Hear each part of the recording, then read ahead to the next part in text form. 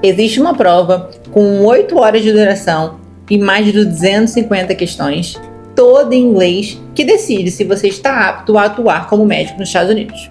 Mas o médico americano também faz ela. Qualquer médico que queira trabalhar nos Estados Unidos precisa realmente passar por essa prova. É a mesma prova para todo mundo e ela se chama USMLE e eu estou estudando para ela há quase um ano.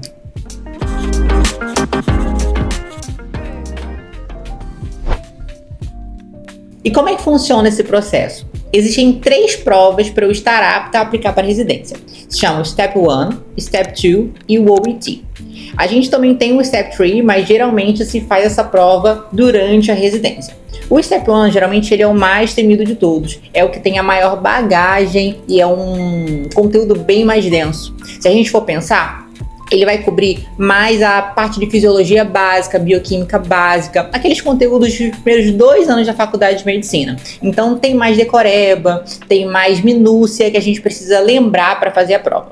Já o Step 2, ele pega o conteúdo mais clínico, é um conteúdo que ele é mais palpável. Então a gente já faz mais tratamento de doenças, a gente já entende ali os processos associados ao diagnóstico. Então é uma prova que realmente a gente consegue ter mais noção dentro do ciclo clínico, mas é a prova que tem os scores. Então, como é que funciona essa questão de nota? O Step 1 é só pass or fail. Então, você tem que atingir 60% de acertos nessa prova para você passar.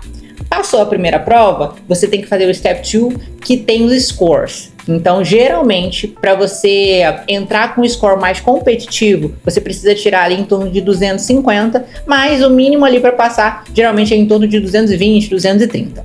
Então, a gente tem essas 2 fases, que são as fases mais importantes do processo. E logo depois disso, você faz o OET, que é a preparação para eles entenderem que você sabe falar inglês, que você consegue atender um paciente em inglês. E geralmente é uma prova que ela é mais simples, ela é mais direta e não se tem tanto medo dessa prova. Porque, na verdade, o médico americano, ele se prepara durante a med school para fazer essa prova. Então, todo o preparo dele, todas as provas que ele vai ter durante a faculdade, tem o formato dessa prova, as questões já são voltadas para isso.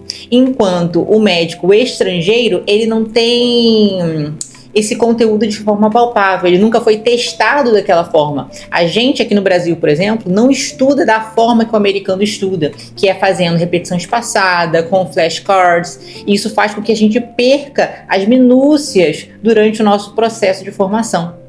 A gente é mais treinado para resolver problemas clínicos, enquanto os médicos americanos são treinados para fazer as provas de validação. E isso faz toda a diferença quando o médico estrangeiro começa a realmente estudar para essa prova, porque ele precisa mudar completamente a forma que ele estuda para conseguir lembrar de todos os processos, de todos os detalhes que essa prova exige. Para quem me acompanha há mais tempo, eu finalizei os meus vídeos aqui no YouTube assim que eu formei. E depois disso, eu mantive meus atendimentos, resolvi não fazer residência naquele momento, porque eu estava ainda finalizando minha carreira como atleta. Então, para mim, naquele momento, eram 2 coisas muito certas. Eu ia continuar competindo e, ao mesmo tempo, ia continuar atendendo os meus pacientes. Pois bem, em 2024, há 2 anos atrás, eu decidi fazer a prova de residência.